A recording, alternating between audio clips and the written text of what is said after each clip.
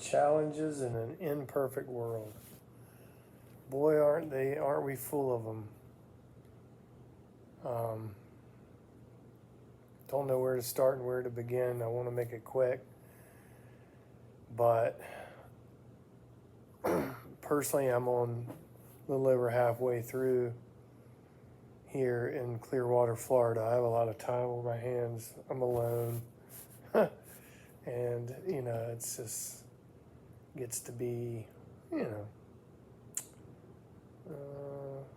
it gets to be challenging a little bit because, when you're alone a lot, you certainly have your like coping mechanisms and for me, I have my faith and I have my schedule here for my health and wellness, but sometimes I get bored, and sometimes I get in my own head, and sometimes, and I think you've seen in some of my previous videos, I've almost, I've been sad even and felt like potentially, like it's not going to work out or whatever the case may be. But those are short-lived moments, and, usually on the other side, you come to appreciate feeling good a little bit better, and when you overcome those hurdles, it makes you stronger, and those hurdles are necessary for growth, and I think that's important. Um, I'm feeling better, but and I'm trending up in my energy levels and things, but it's not without challenges. And I mean, I just finished up a long day. It's about 6 p.m. here, August 10th. Sorry, September 10th. That's how long it's been. It's been almost 2 months for me here. And, I was tired when I got out of the car, and I really like had appointments that required me to like lay around or sit in a hyperbaric oxygen chamber, or, today I received another dose of chemo, which I still have my hair. There's not any major side effects because it is low dose and targeted for my condition and my situation with the cancer. And so, it's not like dropping a nuclear bomb in your body, which is what kind of happens in the standard of care typically. So I'm thankful to be able to really afford these provisions. I mean, it is all out of pocket pay, and I'm thankful for that. But I can't quit thinking about the people that are suffering that can't afford that, or that weighs on my heart super heavy because I've never been someone that considered myself privileged. When I bought the skate barn in 1996, I had $20 to my name. $20, literally. And, I've worked vigorously, tremendously in my life.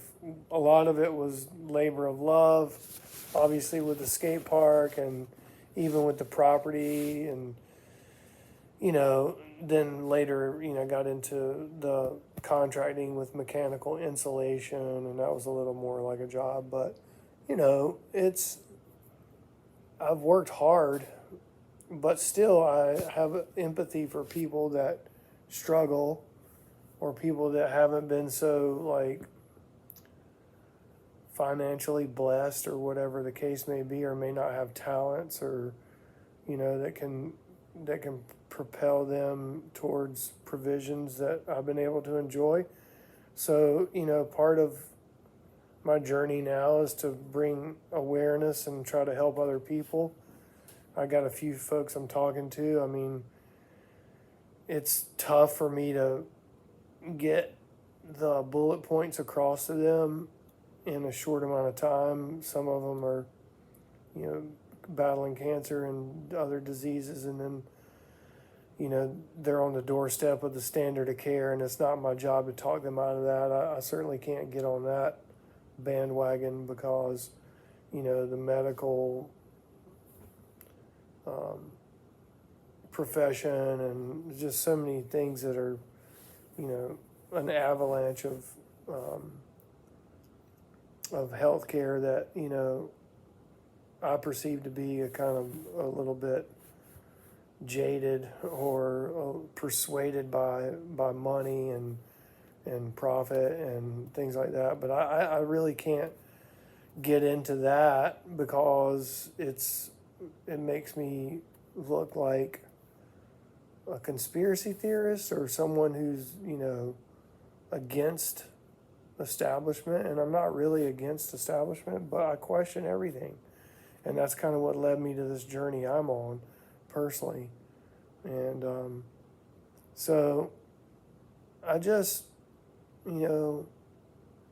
really in my time here, I've been reflecting on those types of thoughts because I'm just not taking for granted that it's, all about me. I want it to be a bigger mission. I want it to be a meaningful mission, and that way, along the way, no matter what happens here on earth for me, I can leave knowing that I gave, my best shot towards helping other people as well as contributing just to my fellow friends and families and things like that, because certainly feels like there's a lot out there in the world that's against us these days in particular. It just feels like there's a lot of energy that's really not good for our society. I mean, we're in this election season, the debates coming on tonight. I mean, it's silly. The optics of it all are just silly. I mean, I'm not even going to get into the politics because it's so dividing. But I think what we got to stay reminded of is that we're all, pretty much in this thing together. Like, we all basically want the same things, civility, peace, opportunity, and a safe place for our families, and we want to enjoy our lives here on earth. I mean, recreation, we want to have proper food and eat well. We should want that. And I just think that, man, so many things have gotten lost in translation here over the last, rapidly in the last 10 years, but it's been going on my whole lifetime as I've backed up on everything and been able to unplug from like just the rat race of trying to chase down, the next payment, the next, opportunity, the next whatever the challenge and endeavor. I've just unplugged from all of that and just focus on my health. And that's kind of why I do these videos, because I want to give everyone a little different perspective that we don't have to settle. Why do we have to settle all the time for like,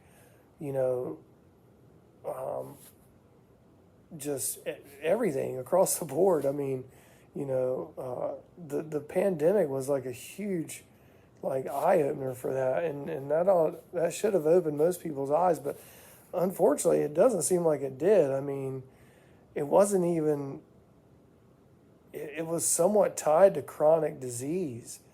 The people, I feel like now that I've learned a little more about the body, the people that were dying may have already been compromised in their gut microbiome, which opens up a whole nother like Pandora's box of information and knowledge that you can retain. But I would suggest looking into things like that. Your gut microbiome, your eating habits, how do you feed your body, what goes in your body. Processed foods are not good.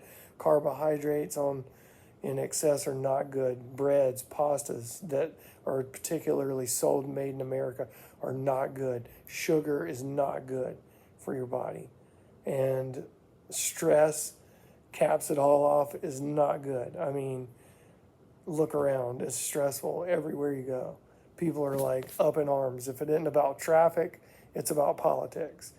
If it isn't about that, it's your HOA or something just fabricated by man, And so I just want to, remind people to eat well, be well, continue to fight for your health and wellness, and just know that here, personally, I'm doing pretty good. I'm healing. I feel like, I'm gonna, beat this thing. I mean, my energy levels is so much better, and I'm so thankful for that. God, thank you just so much for that. And I just continue to pray for myself and for everybody around me, because it's real. The battle is real. We've been in a battle. We're basically in like a war. I mean, it's like a domestic war, I feel like. And I don't want to get on some tangent, but like, I don't think people really realize like what's really going on. I mean, just kind of look at it. It's quite crazy. It's just crazy. And, I don't care who you're for, A or B or C. It's just, we're all the same. We all want the same things. We all have, if we didn't fight hard, our forefathers fought hard, our grandfathers, our fathers, our mothers, grandmother, just right down the lineage for, generations have fought to create the greatest nation on earth. And we're just letting it implode from within because we're like stuck on ourselves. And it's not about any one person. It's about us collectively as a society and as a, really just as a whole, like back up on things, like your neighbor who may be rooting for side B and you're on side A or whatever the case may be. He still bleeds red blood, pays bills, goes to work, whatever his situation may be. He's still one of God's children. And, we don't need to lose sight of that fact. So, yeah, just continue to be a global force for good in this world, as we all should strive to be. And eat well, be well. Sorry. Eat well, be well, and stay happy, productive, and live long and prosper. Thanks.